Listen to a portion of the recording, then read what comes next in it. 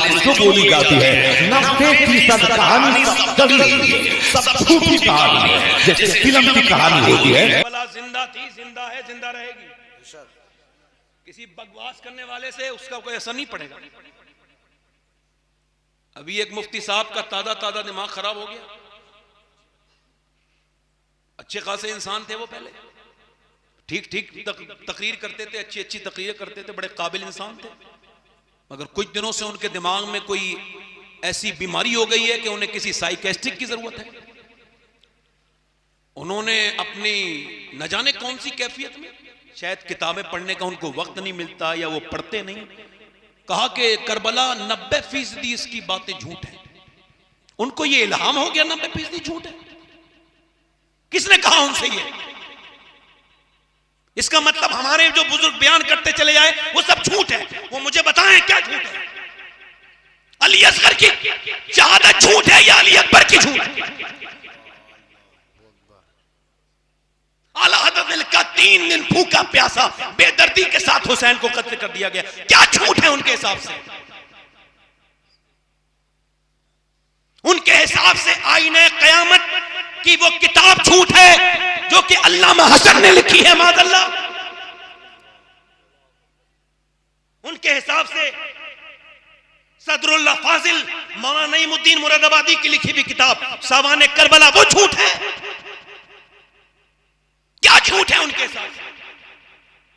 और उनका दिमाग इतना गड़बड़ा गया कि उन्होंने करबला की इस दास्तान को, जिनकी पाकी का खुदाए पाक करता है, आया तथहीर से जाहिर है शान अहले बैत, उसको एक गंदी फिल्म और गंदी फिल्मों से तशबीह दे दी।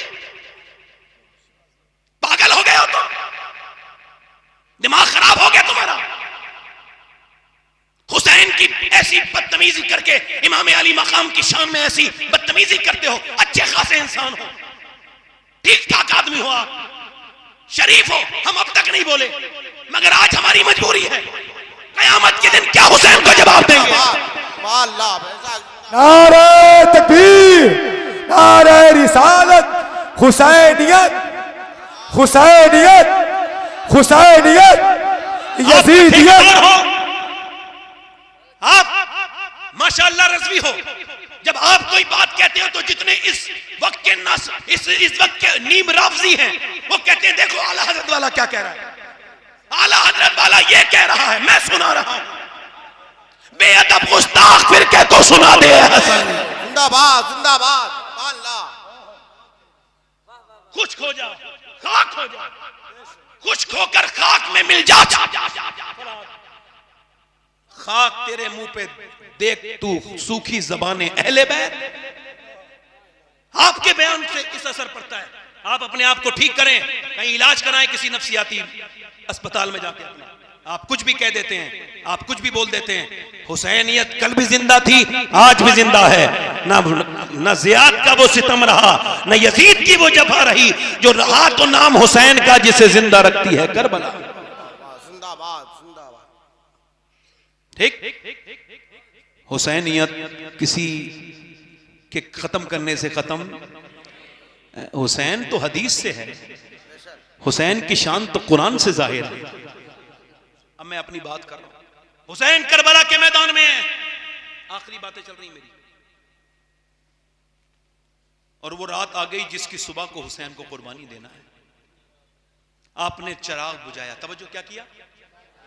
पहले तकरीर की और कहा देखो लोगों चले जाओ, मेरे अकेले का वो दुश्मन है, तो मैं शहीद हो जाऊंगा, इसका दिल खुश, वो अपना मकसद पूरा कर लेगा, तो तुम लोग चले जाओ। तो जब चिराग जलाया और उसके बाद बुझाया फिर जलाया, तो सब वहीं थे, एक भी नहीं गया। दूसरी मर्तबा समझाया, फिर चिराग बुझाया, फिर चिराग जलाया, तो फिर वहीं बैठे थे। तीसरी मर्तबा फिर समझाया, फिर कहा चले जाओ, वक्त है तुम्हारे पास, जाओ अपनी जिंदगी जीना।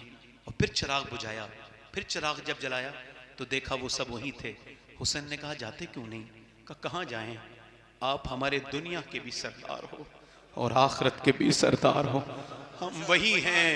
हमारे बाप दादा ने बदर में आपके नाना का साथ नहीं छोड़ा, तो हम हुसैन आपका कैसे साथ छोड़ेंगे? जब वो रोने लगे तो हुसैन ने फरमाया सर उठाओ, तो ये अगर सर उठाओ तो उन्हें कह देना चाहिए था खैमे के ऊपर देखने से क्या मिलेगा, कपड़ा ही तो है। मगर उन्होंने ये नहीं कहा हुसैन कह रहे हैं तो कुछ तो दिखाएंगे, पर मैं सर उठाओ, और सर उठा के फरमाया उठा लिया जी, फरमाया अब वो सारी जन्नतें देख लो जिनमें तुम्हें शहादत के बाद जाना है, उन सब ने अपनी जन्नतें पहले ही देख ली। जिंदाबाद जिंदाबाद सुभान अल्लाह, पहले ही देख ली थी उसने, सब ने अपनी जन्नतें पहले ही देख ली थी। हुसैन सुबह हुई, वो हुर आया। कौन आया बोलो?